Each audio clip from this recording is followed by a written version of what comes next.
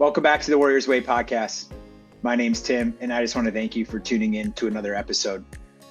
This is a place where we challenge men to pursue strength in their fitness, leadership in their families, and discipline in their lives. Our mission here is simple: to call men higher, because the world doesn't need more passive men. It needs more men who are willing to step into responsibility and courage and purpose. So today I'm joined with a guest. His name is JC Ingels, and JC's got a really powerful story. He's a Christian husband and a father, just like you and I, who chose to go down the path of joining our nation's military. So JC is a fighter pilot in the U.S. Air Force, and we talk a little bit about his path to getting there and what his life has looked like over the last few years. Alongside that, JC has also started a men's leadership program called the Honorable Savage Bootcamp. Now, we don't get to talk about that as much as I would have liked in this episode, just due to time. So I am going to have JC back on for a part 2. But this is part 1 of his story. And we're really going to be talking about masculinity, leadership, faith, and what it actually looks like to be a warrior in today's world. So without further ado, here's part 1 with JC Ingels. JC, thank you for joining the podcast today. I'm excited to get to know you, man. Awesome. Tim, thank you so much for having me. I'm really honored to be here. Yeah, this is going to be fun. So real quick, I know a little bit of who you are. I'm guessing some of the guys who listen to this probably don't know who you are. So could you start off? Who is JC? Awesome. Thanks, Tim. My name is Joshua Caleb. I go by JC. I grew up in Texas and I follow Jesus. I am the husband of one woman. I have 2 sons. And I'm currently a fighter pilot in the U.S. Air Force. And I've recently taken on some coaching opportunity because I'm just passionate about men living their potential for God. And a lot of us men, we lack community, or we have never been trained in the way to fully live out our God-given potential. And that's a huge passion of mine. And so I know that's something that we've connected on. But yeah, man. So that's the short and simple version of who I am. Right. So no big deal, just fighter pilot in the Air Force. And I know we've talked a little bit about this side. So how long have you been in the Air Force? Has that always been your career, or was there a side of JC prior to the U.S. military? Yeah, my whole adult life, I have been in the U.S. military. My first job in the Air Force, I was a JTAC for conventional forces. We ended up falling under Air Force Special Warfare, which basically means I was the dude that carried around a radio and called in airstrikes on the battlefield. That's what we trained to do. And I did that job for about 8 years. And then the past 5 years or so, I switched over to fly. And the Air Force process for that, it's a couple of years of pilot training, and then you get assigned to your aircraft. So I've been in the F-16 for about 3 years now. And before that, I was on the ground calling in the bombs, and now I get to be the guy that's in the cockpit delivering the bombs. So you get to see it from both sides. Yeah, man, it's a So trip. what led you kind of growing up to want to pursue a career in the military? Yeah, that's a fascinating question, Tim. To be honest, I've always loved sports, competition, team environments, structure. I was a Boy Scout for a while when I was a kid, and I just loved like achieving new things. And that's something very true, like to the core of my identity is I am an achiever, and I love to accomplish new things. I love to, like, sometimes, Tim, I will go back after I've done something and write it on a to-do list just to check it off because I just love doing things. And and so I'm an achiever. I love working for something that feels like there's a sense of purpose or a sense of mission, something greater than myself. And I have found that in the military. But the way that I found that originally, dude, to be honest, I just finished high school, and it was the summer before going to college, and I had not yet been accepted to the school that I applied to for a whole bunch of reasons. We'll save that story for a different time. And I was meeting with a friend at a coffee shop, and he was like, dude, he's like, let's just pray, man. Let's just ask the Lord what's next for you. And as we were praying, he was like, yeah, Lord, I just pray that you lead him, and maybe he has a military calling, blah, blah, blah, and just started praying some other stuff. When he prayed that, it was like something in my heart woke up, and I was like, whoa, And literally, because of that prayer connection with a friend in a coffee shop, then I applied for the ROTC program in this college. I shortly got accepted into the school, and then I went through the whole thing and joined the Air Force out of that. And so it's something that I feel like is God's call on my life, is to serve in a governmental capacity, specifically within the military. And it's a great place, man. I'll tell you, there are men and women I encounter who are willing to die for you, and they don't know you that well, but they're willing to pay the ultimate price. And some of those men and women do not know the love of Jesus. And it is mind boggling to me. It's like, this human is willing to lay down everything for me or for their values or for their country or for the family. And some of them don't even know the love of our Savior. And I'm like, wow, I have such a passion to see those people know unconditional love, because they're so willing to quickly give it at the expense possibly of their life. I'm like, wow, I just want them to know the love of Jesus. And some of them, they're hardened. Some of them are lost. Some of them are depraved. But I will tell you, they are an honorable group of people that are willing to lay down their life if and when it is called. And I'm just hats off to those men and women that I have the privilege of getting to serve with. And so that's been what's kept me in the military for so many years.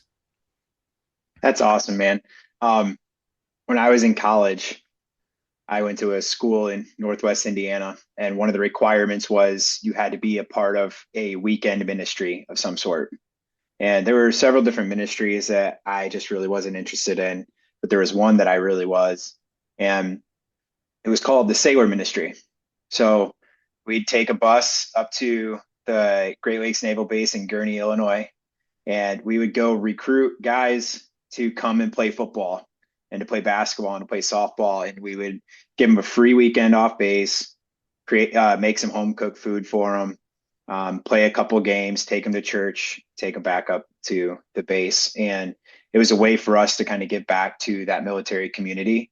And it was, I've always had this perception of the military growing up. My grandpa was in the Air Force, and he was a hard nosed dude. And I've had all the men, older men that I knew that were in the military were, some of the toughest guys I ever met.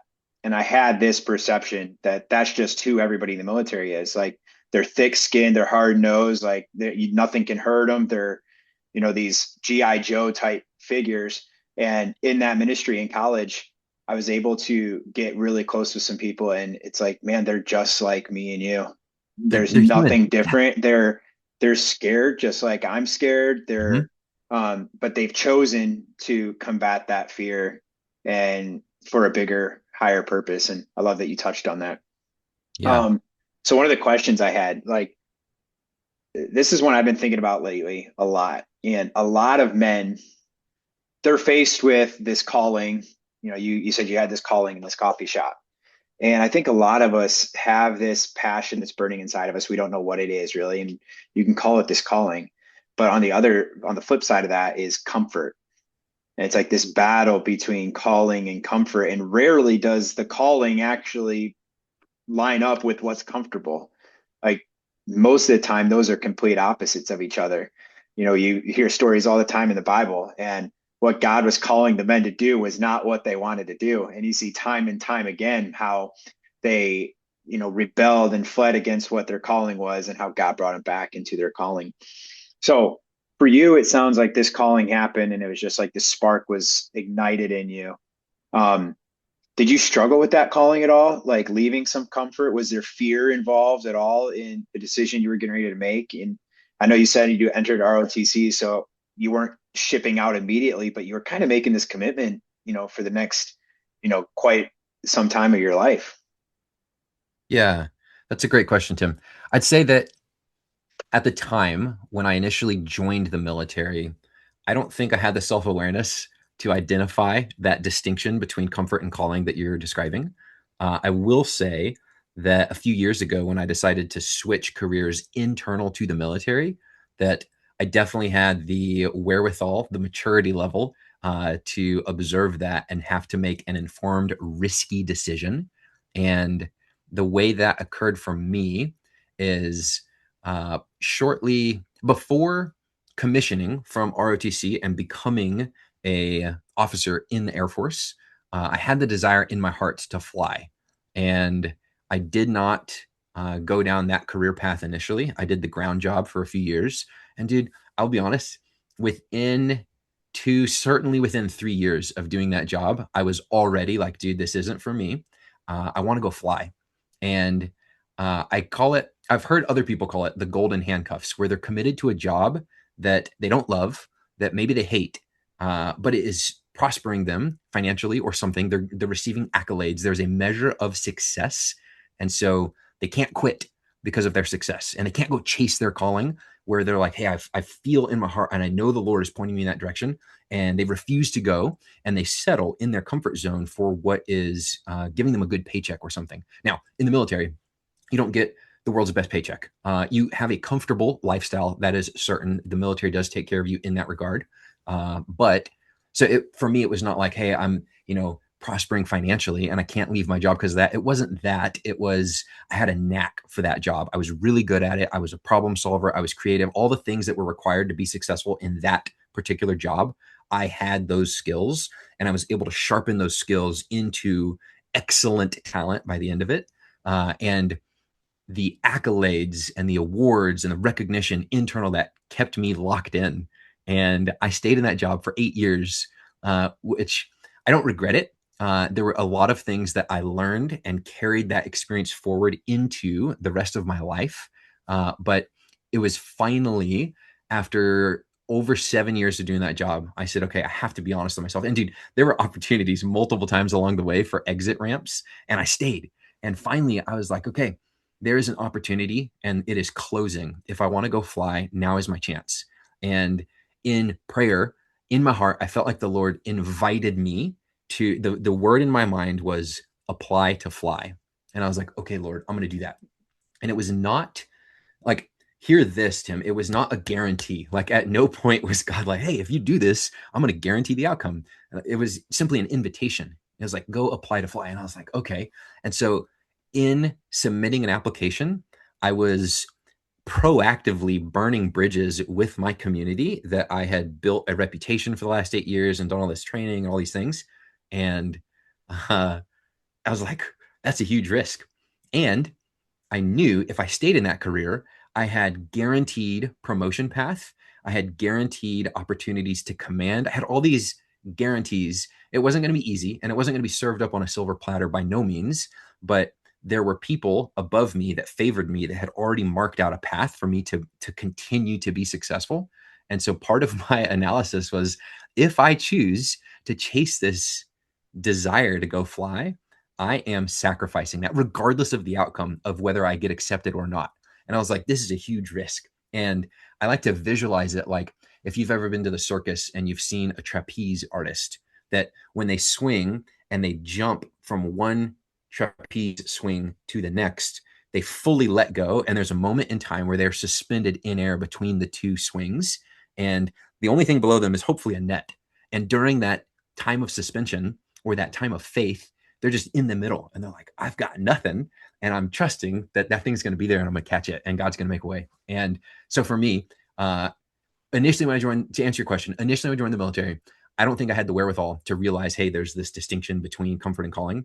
Back in 2020, when I consciously made the choice to say, hey, I'm going to abandon and forsake my current job and I'm going to apply to fly and go pursue that calling, then that was a huge moment of stepping out of my comfort zone and risking so much.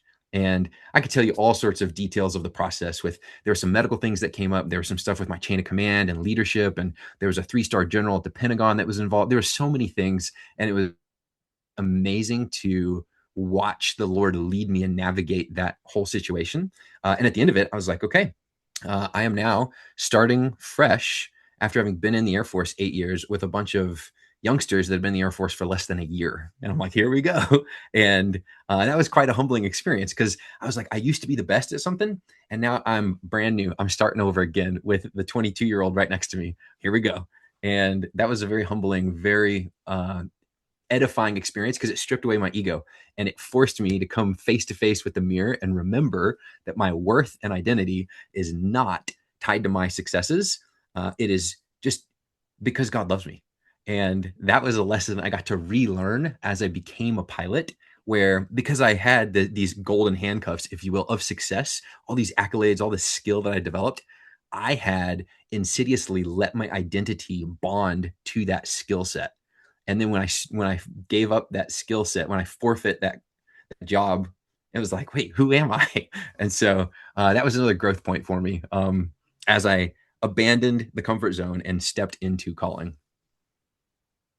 There's so much good in there. Like we could sit there and talk about what you just said for hours. Um, but I don't want to, beat the horse on that. But I am personally going to go re-listen to that spot probably 5 or 6 times because there's so much good stuff there, man. Um, so you kind of stripped away your identity. I love that analogy. You were you were on this successful path for quite a while, and you made this choice to get off that exit ramp, jump back down into these guys who have been there. They're brand new. They're coming in fresh and hot, and you're coming down. Um, what was what was the process like? You said you had to apply. So once you got accepted, was there like some training or anything that you had to go through to actually make the cut against some of these folks? Or was it kind of like if you applied and you got accepted, you're in? The pilot application process for the US Air Force is involved, and there's a standardized test similar to an SAT that you have to take. There's an application with letters of recommendation and other things. There's another test that's involved that specifically analyzes your hand-eye coordination, and it's a computerized digital test. And they combine all of these things with some other components, and they integrate that all into one overall component score per applicant. And then that's it. And so it's a paper application. There's no like in-person interview. When I was in the ground job, the if you want to advance into some of the higher tier special ops stuff that those guys do, there's a paper application followed by an in-person interview. Whereas with the pilot screening process, there was no in-person interview. There's medical components involved to make sure your eyesight is good, your color vision is good. There's people that are 20/20, but they can't see the color red or something, and that can be a disqualifying factor. So there's a lot of components, but for the pilot process, it is simply digital. It's paper application, if you will. Yeah, and then in order to continue during the process, there are washout points, if you will, where there are standards and there's a syllabus and you have to meet standards on timeline. And if not, then there's rules that they've codified to where, okay, you get 2 chances here. And if you miss that, then you're out. See ya. Because they need a lot of the aircraft we have are single seat. And so they need to put the proper human talent, the proper asset with that weapon system, whether it's something that's collecting intel or something that's shooting missiles, so that we know that we are fielding a lethal force that is trustworthy and safe and effective. Gotcha. Was there anything that you took? So I'm guessing you don't go through this process, pass the test, and then they put you in a cockpit. Is there, when you were talking about this, like the only thing that I can picture is like, Tom Cruise and Top Gun, right? Yeah, totally. So eventually you get into a plane for the first time, and I imagine there's a buildup to that. What's going through your mind the first time you sit inside a cockpit for the first time, getting ready to take off in one of these jets? Yeah, dude, there's a lot of emotions, and mostly fear, I think, for most guys. And they're not all pilot students are created equal. There are some guys that are going through that uh, they've joined the Guard, and so they're going to do a part-time Air Force gig, and they're a regional pilot for like a feeder airline that feeds into American Airlines or something. So they've got a couple thousand flight hours, and they're incredibly airworthy, competent. Their airmanship is excellent. They've flown 1,000 times. They've landed 1,000 times. Like, they're excellent. And then there's other student pilots that are just fresh off the street, that are pedestrians that are learning how to fly. And I was in that category. And so for guys like that, it's a crawl, walk, run phase is how I would describe it. And the Air Force does a good job of they train you in the books and you get this general knowledge and you do some ground school, you do some testing, and then you get into a simulator and you practice the things, and then you get into the airplane. And the first time you're in the airplane, there's an instructor with you for the first several iterations to make sure that you're not going to do something dangerous and hurt yourself or crash. And with that, though, it's exhilarating. Like there's the fear component and then the exhilaration component is hand in hand. And the way the Air Force does it is you start off in a turboprop and then eventually you work your way up into a jet, a supersonic jet. And the first time you take off in that thing, it's like you get pinned against the back of the seat. You're like, wow, that's real power. And that's fun. And then the first time you take off in that thing alone, you're like, wow, I'm a big boy now. And it's very, very tame. It's very administrative flying compared to what you would see in the Top Gun movie, but it leads to that eventually, right?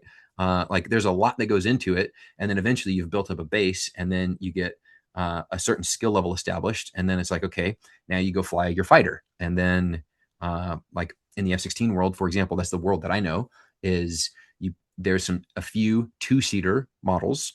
And so you do, again, the same process. You do a bunch of ground school, you study the books, you take some tests, then you get into the simulator and you continue to refine those skills. And then you hop in the two-seater for the first time with an instructor, and you maybe have 4 or 5 of those flights. And then like your 5th, 6th, 7th flight, somewhere in there, you're going alone in a single-seater. And you're like, here we go. And you put that thing for takeoff speed, and you're like, wow, this thing has power. Yeah, That's there's awesome. Well, thanks for sharing some of that. That I'm just crazy fascinated. So I'm like, I could sit here and ask questions all day. Um, there's 2 topics that I do want to touch on. One yeah, is the Honorable Savage program that you have, and then the other is one we talked about right before you came on screen, and the 12 rules for war that you were mentioning. So um, would you mind sharing a few of those? Go through all 12, go through a few of the highlights, any ones that you'd be willing to share with us. yeah, Tim, thanks for asking. I would love to. So basically, one of the things that I teach within the Honorable Savage Bootcamp, which I can share more of that at the end, but one of the concepts that I go through is just about warrior mindset and how that can apply for men of faith to every arena of life. And if you want to win, and we shouldn't be ashamed to win, we should pursue winning. Actually, Paul writes in 1 Corinthians 9 about running the race to win. He says only one person wins the race. So run to win. And I'm like, guys, our goal should be winning, not like doing good enough, but dominating, winning, like being the champion. And when I did that ground job for several years, I had one long combat deployment. And during that time, I observed a lot of the spiritual warfare happening while there's a physical war going on. And I just pondered a lot of those things, Tim, for a long time. And I was like, this is an interesting world that we live in. Like I find myself as uh, a believer, someone who's been born again, who believes in Jesus. And here I am fighting a war and taking human life. And it was such a fascinating experience to be someone that is in the New Testament, in the New Covenant after the cross, and to find myself in that situation where I'm like, you read of David, you read of Gideon, you read of Joshua, you read of these warriors of the Old Testament, and you're like, okay, in the Old Covenant, it would make sense to go to war, but in the New Covenant, what am I doing? And I was like, this is the job that I chose. And so I had a lot of time to process those experiences and to grieve the trauma of taking human life and other things, which that really only applies to maybe law enforcement officers or military members. But from that, I distilled several lessons, and I said, these are things that we can apply to life in general to win. And so I kind of broke these 12 rules of war down into 4 categories that have to do with mindset, planning, action, and follow through. And so I was thinking I could do maybe one from each category if we wanted to. That'd Uh, be great. yeah. And so one from the mindset, the first 3 are all about mindset. And the one that I picked was for us for the show is if it's a fair fight, you're doing it wrong. And so what I mean is if you are going to get mindset wise, if you are going to engage in competition against someone else, then the idea is if it's a fair fight, we're doing it wrong. And there's something about our society that says, hey, it's noble to be fair. And I'm like, well, if I want to win, I don't want to be fair. I want to create unfair advantages for me to win, for me and my team to win. And people are like, oh, but that's evil, or that's selfish, or there's ways that we try to shame or condemn or judge that kind of winning mindset. And I'm thinking, no, a warrior knows if it's a fair fight, you screwed up, dude. Like, you did something to mess up. You didn't pitch the field in your favor before you started. You didn't set up advantages for you and your team before you entered this conflict. Dude, that's a way to lose. Like, don't do that. And as we engage in things like spiritual warfare, or as you engage in things like business, or as you engage in things like protecting your marriage or raising your children well, it's like, I want to create unfair advantages in my favor to do that thing as excellently as I can. And so some of the things I talk about when we say, hey, if it's a fair fight, you're doing it wrong, would be control the environment and leverage other forms of power and bring your friends to the fight. And if you can do those three things, those are ways that you can make the fight unfair in your favor. And so an example would be like if we look at, again, Paul in the book of Acts, he and his homie Silas got thrown into prison. And so one night they were sitting there praying and singing hymns to God. And then this is in Acts 16. And what happens is suddenly there was such a violent earthquake that the foundation of the prison was completely shaken and the prison doors flew open and everyone's chains came loose. And so what happened is this man, he controlled the environment by worshiping the Lord. And we know scripture tells us where the presence of the Lord is, there is freedom.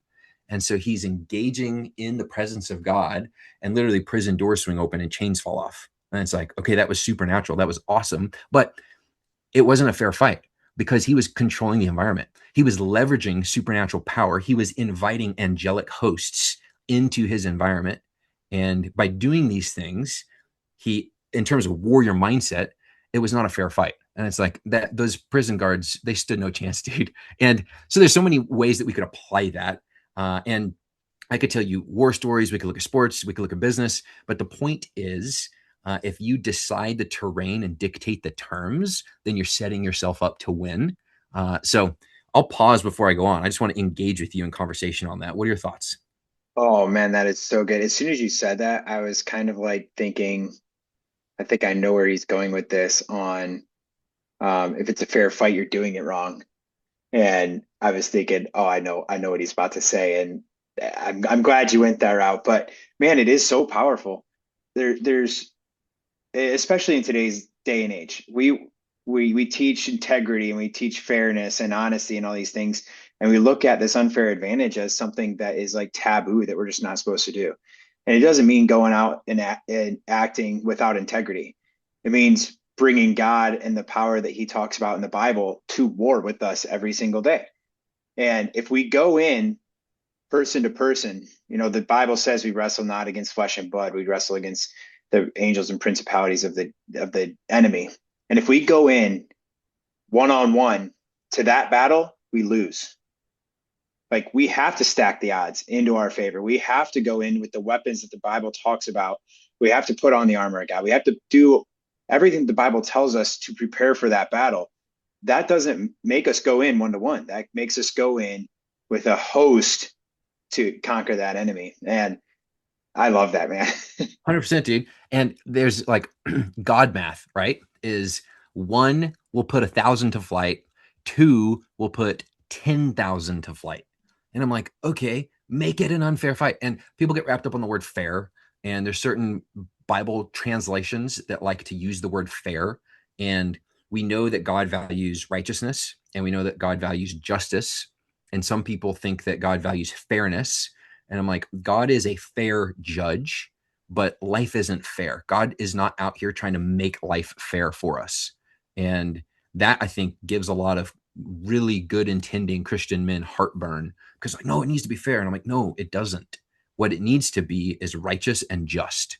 And one of the ways that we establish God's kingdom on earth as it is in heaven, like he told us to pray, one of the ways that we advance righteousness and justice is intentionally making it an unfair fight where two or three are gathered his presence is there. One can put 1,000 to flight, two can put 10,000 to flight. And the things you're talking about, hey, putting on the armor of God, Ephesians 6, doing these things where it's like, I'm going to make it an unfair fight. If there's me and another dude applying for a job and I have the Holy Spirit because I'm a believer and he doesn't, I have an unfair advantage. I should use it. I've got the source of wisdom alive inside of me. I should use that to my advantage to get the job, to make that institution a better organization, to serve that business, to help the people. Like, so I'm sitting here like, hey, Christian men, wake up. You have the most unfair advantage already living inside of you. So Amen. if you're not making it an unfair fight, you're doing it wrong. So Yes. anyway, that's just one of Man, the things. that's so good. That's so good. All right. Can I Oh, move on to the second one? yeah. Yeah. All right, here's the next one. So the second section is all about planning, and within that, one of the rules of war that I have is to make a plan. And the idea is the battle is won before it is begun. So make a plan. And I studied some Sun Tzu one time and some Clausewitz, and then I was deployed to a place and did a war and did the things. And I've seen this play out in actual physical earthly warfare, that the battle is oftentimes the outcome of the battle is predetermined like before you start, and the way that you can make sure that you win is you have a good plan. But a lot of people, they'll hear things like famous boxers that say, hey, everybody has a plan to get hit in the mouth, or they'll say, military planners will say, no plan survives first contact with the enemy. Or people will say, if you plan early, expect to plan repeatedly because everything's going to change. As if to say like, hey, your plan's only going to get you through the door and that's it. And they say these things as if like, hey, planning is a waste of effort or don't even try that hard. And I'm like, no, we need a plan because that's the common point of departure. So we're all on the same page. So when things go sideways, we've got a game plan. And in the military, we do tons of planning and we do what we call contingency planning, which is like we pre-identify the most common contingencies that will likely occur. And then we have a plan in place for it. And so it's like when something happens, it's like, oh, that didn't catch me off guard, but it's like, okay, now I just need to execute my contingency plan. It's like, okay. And so the point here is that when it comes to making a plan, that chaos should be expected. It's like, that's the world we live in. We live in a fallen world. And a lot of people, they make their perfect plan and then they try to execute and then things maybe don't play out the way they envisioned and they get real frustrated. And it's like, okay, let's make better plans. Let's expect chaos to occur. And let's understand that victory favors the prepared. Like a sound plan when you're in charge or when you're not, it gives your team direction, especially when everything changes, because we expect the chaos to occur. And then the big secret here with making a plan is a lot of people, they think of a plan, maybe they even write it down, maybe they even communicate it. And it's like, okay, even those things fall short of a good plan. A good plan is one that is rehearsed, because rehearsing it makes it a level, it takes you to a level of readiness that says, I'm not trying to have perfection here, but I'm trying to have clarity under stress because I know that the chaos is going to happen. And because I've rehearsed the thing, then instead of spending all my time in the moment trying to figure out, well, what do I do next? It's like I have available bandwidth, available brain bites to say, okay, things aren't going according to the plan. Great. Now we flex. And I have all my bandwidth available to the creativity of in that moment flex. Or if my plan was very, very thorough, then I say, hey, go with the contingency plan. And so the idea here is don't wait until the crisis hits. Basically, build a blueprint before the battle starts. And so as a Christian man, it's like a lot of men, they struggle with lust, which is a huge part of my story. Like, dude, I lived the worst lust, porn addiction, hooking up with strangers, like doing so many things. I was like, man, and I can tell you freely these things because I'm like, the Lord has fully redeemed me.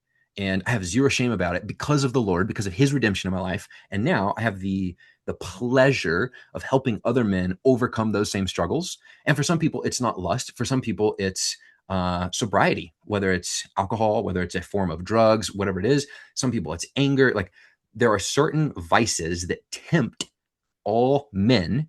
And so for some people, it's like, hey, that's the weakness that they're tempted into. And so it's like, okay, if you know that, make a plan. And so I've got a plan for purity. I've got a plan for faithfulness. I've got a plan for, hey, when my wife's out of town, I have a plan that I execute to say, I'm going to continue to walk in purity and faithfulness because I made a plan. The battle is won before it's begun. If I show up to the temptation and I'm like, oh, shoot, okay, let's go, like throw down, rumble in the jungle. I'm like, dude, I wasn't ready. But if I made my plan before the temptation shows up, I'm like, okay, and let me go back to my other thing and let's make it an unfair fight. And so that's kind of my second point is make a plan and you win before you even engage in the battle. The outcome is predetermined, if you will, based on planning. So what are your Yeah, thoughts? I've used that same kind of analogy even in work and business. And the company I work for, there's a lot of opportunity for people to, we talk about unlimited opportunity all the time, and nobody's favored over one person. But one thing I've told a lot of the people that have worked for me over the years is, they'll see these job postings come up and they'll come to me with, "Hey, I'm interested in this." I'm like, if you're waiting for the opportunity to develop the plan, you're already too late. Like Yeah. that opportunity's already gone. No, they haven't filled it yet, but you're not ready for it because you haven't even started getting ready for that opportunity. And the same can apply to battle and to, I love what you said about contingencies. And if you're waiting for that opportunity to find holes in your plan or to hope that you just strong arm through it and you have a good day, there might be some jobs you get that you weren't prepared for and you weren't qualified for because you had a good interview. There might be some crises that come up and that you strong arm through and you make it on the other side unscathed. But more times than not, you're going to lose that battle. You're going to lose that opportunity. And so many times, I know, especially with younger Christians, guys who maybe they're not younger Christians, but maybe they're coming back to the Lord and they're back on the path for the first time. They're getting their life right. They're cleaning up their drinking and their porn and they're lying and they're cheat, all these things, and they're following Christ. It's like, okay, well, I'm doing everything he says, so my path's going to be easy now. My plan is just to get close to the Lord. It's like that's a great part of a plan, but if you expect your path to be easy just because you're getting close to the Lord, then when those things come up and you're not planning for those contingencies, you're not planning for the temptation to still be there, even though you've already conquered it. Like the devil's not going to stop tempting you because you said that you overcame this, vice. In fact, those temptations may come back more strong. It's like you have to build those contingency plans and you have to expect, like there is no perfect plan. The perfect plan is one that's riddled with contingencies and what ifs, and you've thought through every possible scenario. And like you said, how do you fight those contingencies? How do you get back there? And it's stepping back and making it an unfair advantage. And so I love that you tied that back into your first point too. Yeah. Man, that's awesome. And so the next one, I think for the men that listen to your show regarding the Warrior's Way, I think this one will resonate. The next one is from the third section on action. And the rule is shoot first and lead with your kill shot.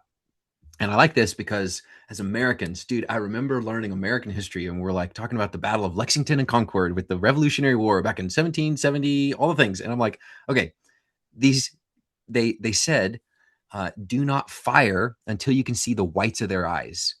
And it's the British redcoats are marching down and all the patriots are lined up. And it's like, it's this idea that we shouldn't shoot until we're shot upon.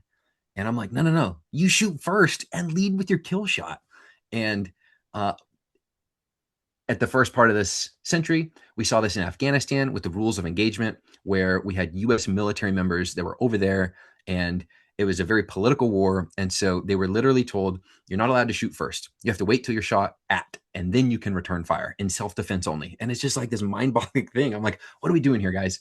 And I'm saying, no, shoot first and lead with your kill shot. Like, if you've got a knockout punch, don't wait to use it.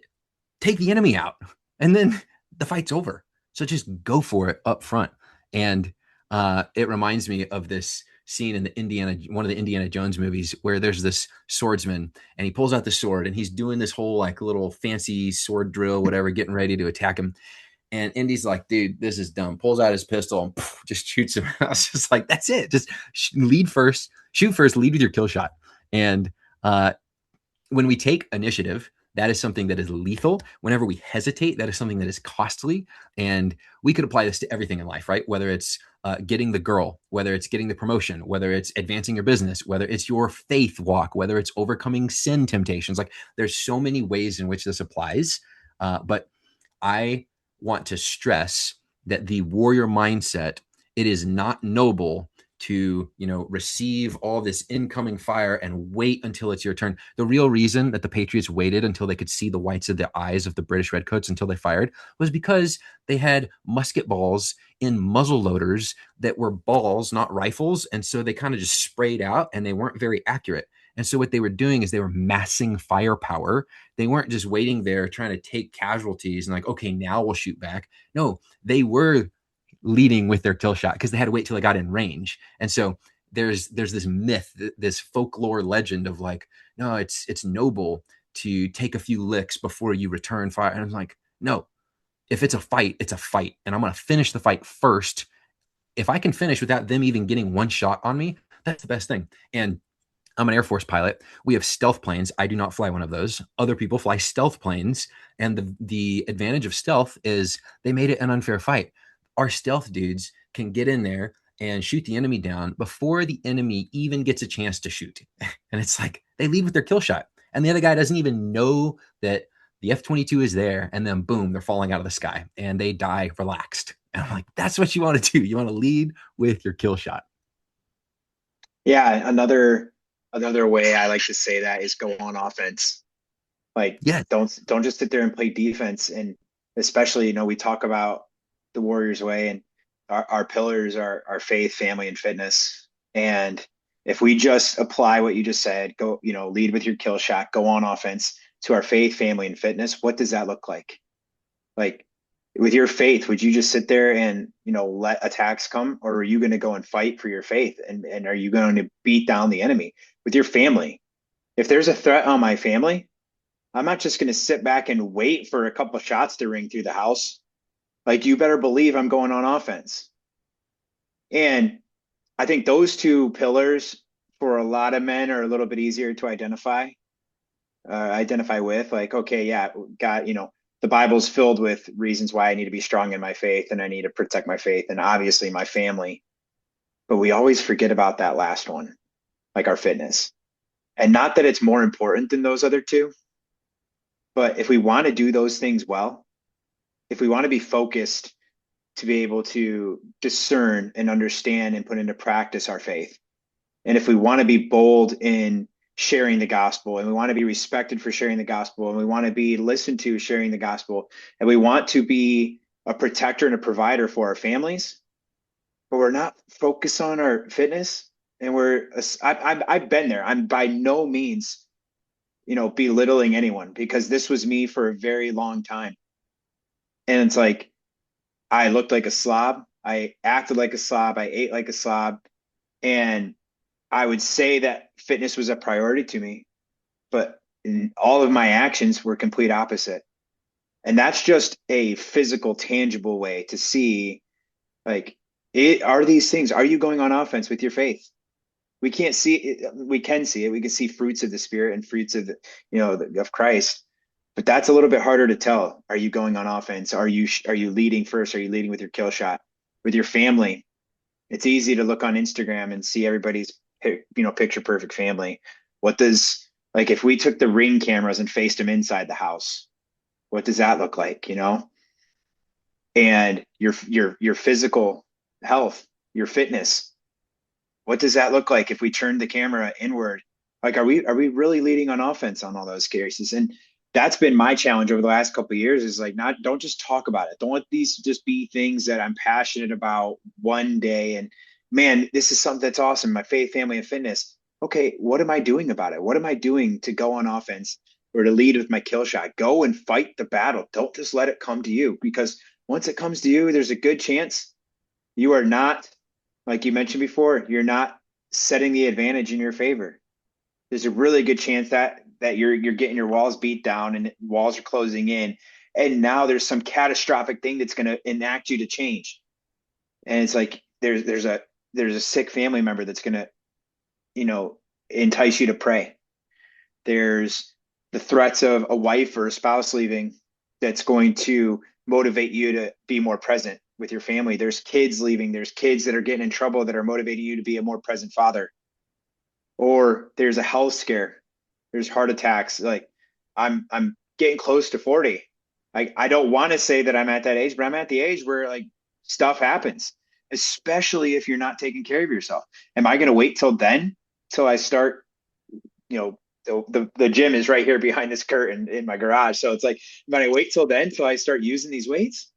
And if that's the case, like I'm fighting a battle that I've removed all the odds and I've placed them in the hands of the enemy. And now I'm not going on offense. I'm playing defense and I'm trying not to get knocked out.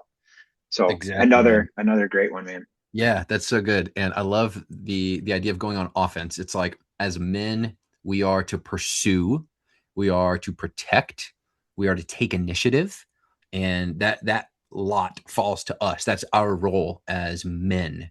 And you want family, it's like pursue your family. It's like when I got married, it was like, okay, now the pursuit begins. I'm like, this isn't like, okay, I've arrived. It's like game on. Here we go. We just hit the finish line. We just the marriage day was the starting line. Let's go. And it's like the same thing.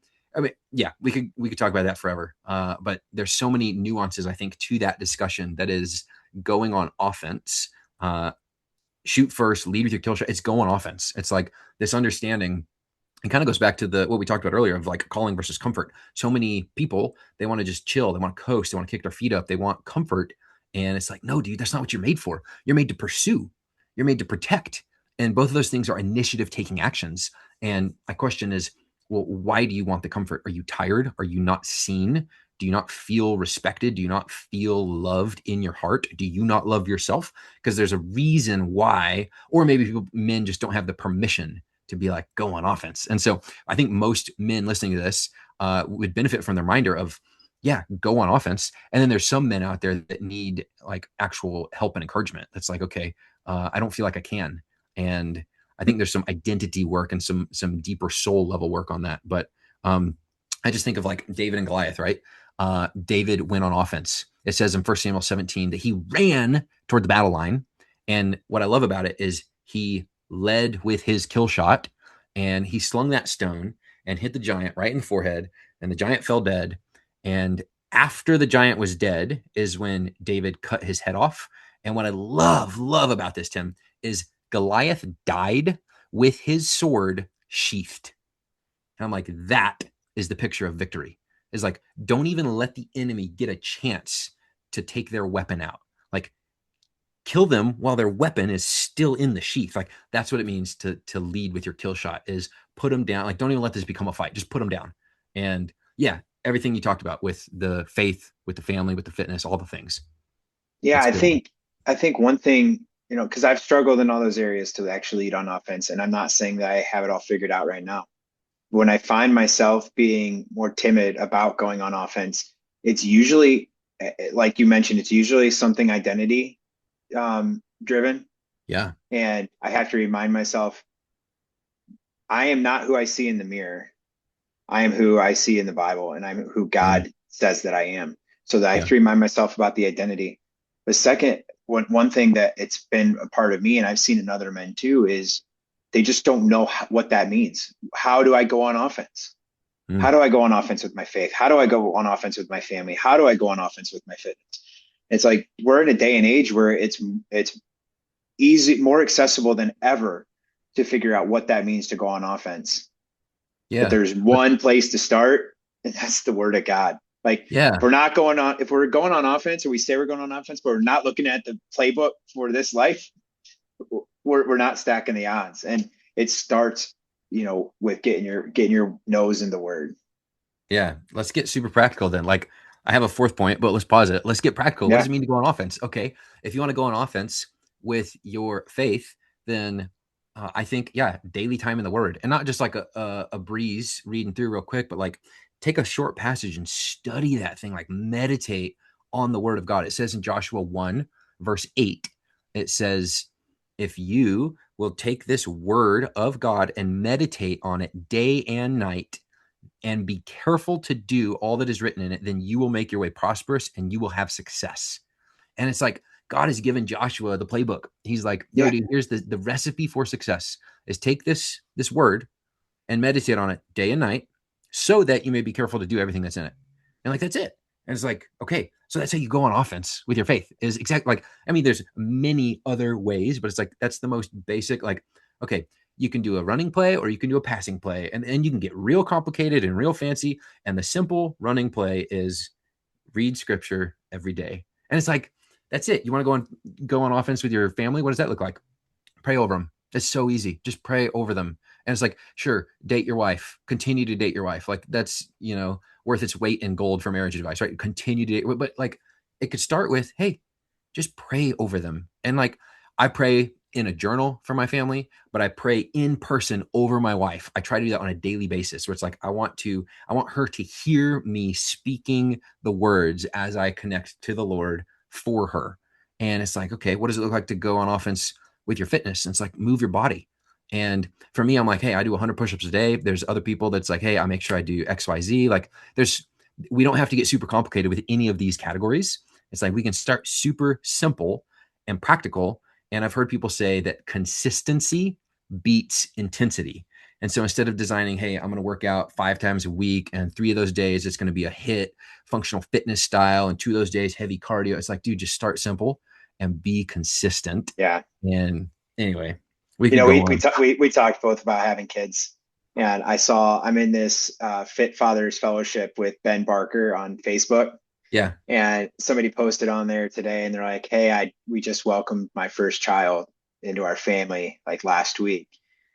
What are your ideas, fathers out there, about how I can stay consistent with my fitness while managing, this addition to our family? And it brought me back my youngest. I have 2. My oldest will be 5 in July. My youngest will be 2 in June. So I'm kind of out of the crazy schedule complexity. But it brought me back to those times. And it's like, those were times where I was really, really focused on my fitness. I waited till I had, kids. And it's like, man, I wish I would have focused on it so much more than that. But once the kids came, it's like, oh, dude, the routine's off. And I don't know that I've ever fully recovered to an actual, strict, structured workout program. I've almost gotten to love and appreciate and find more value in the 15, 20, 30 minutes here or there spread out.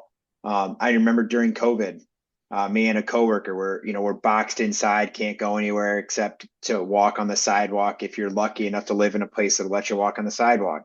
And we would IM each other every day, a different challenge to do for that day. And on the top of every hour, we had to do 10 or 20 of whatever we chose, push-ups, sit-ups, squats, whatever it was. And we'd IM each other. It'd be 9 o'clock. Hey, 10, done.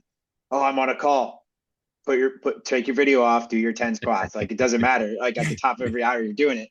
And it really just set that, what you just mentioned, consistency over like perfection. I've heard some people describe it consistently good over occasionally great.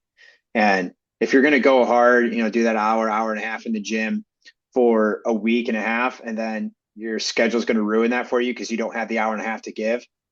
And then you just fall off and you eat the bag of Cheetos and the donuts. That intensity was awesome, but it's not sustainable. If you have all these plans for your family, but it's not something you can consistently do, they don't care if you take them on a vacation once a year.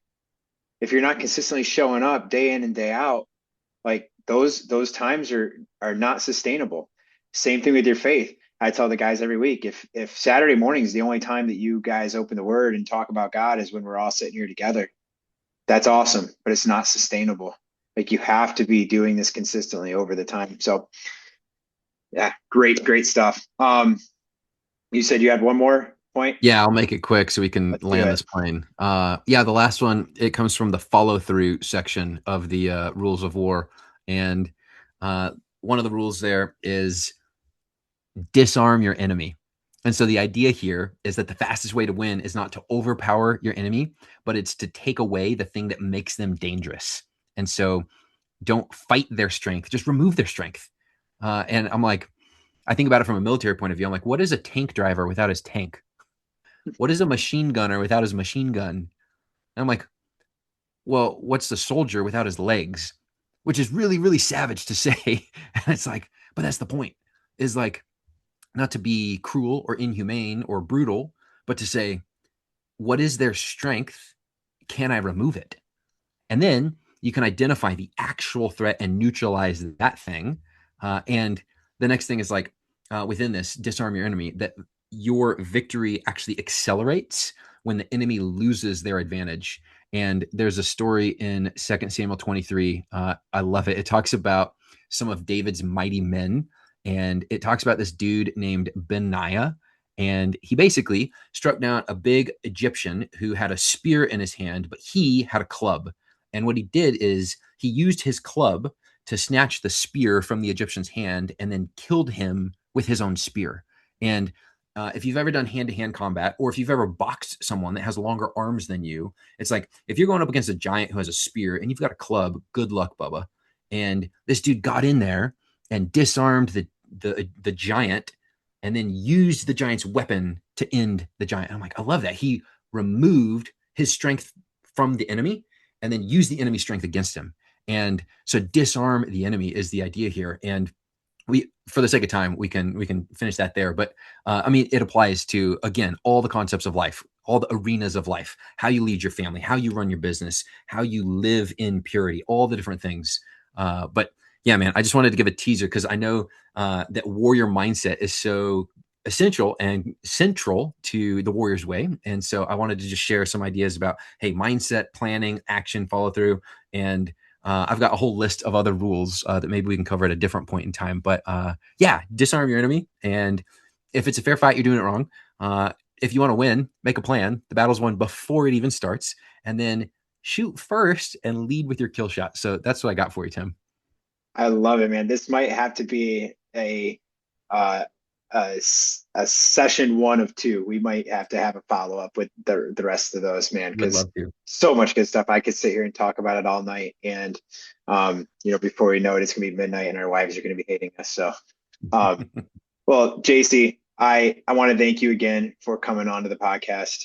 We talked about a lot here, and I know God's doing some big things through you. And I'm going to put some information to the Honorable Savage Bootcamp in the show notes and how folks can get in touch with you. And I'm going to share it with my guys here at Warriors Way too. And I know we're going to be talking more about that. I'm dead serious. We may have to do a sequel to this because I would love to hear more about your 12 rules of war and then talk more about what you're doing with the boot camp. But you're doing great things, man. I'm proud of you. I'm thankful that our paths have crossed and we've gotten to know each other and spend some time. And I know that this talk is going to help some more guys out there. So thanks again for coming on. Tim, it's been an honor. Thank you so much, my friend. Absolutely. Hey guys, if this podcast has resonated with you in any way, the best thing that you can do is to share it with one other person. Share it with one guy that you think could get something out of this as well. And that's all that we ask. So go ahead and share that. If you haven't already followed, please follow. I'll link how you can get in touch with JC in the show notes below. And we'll see you next time.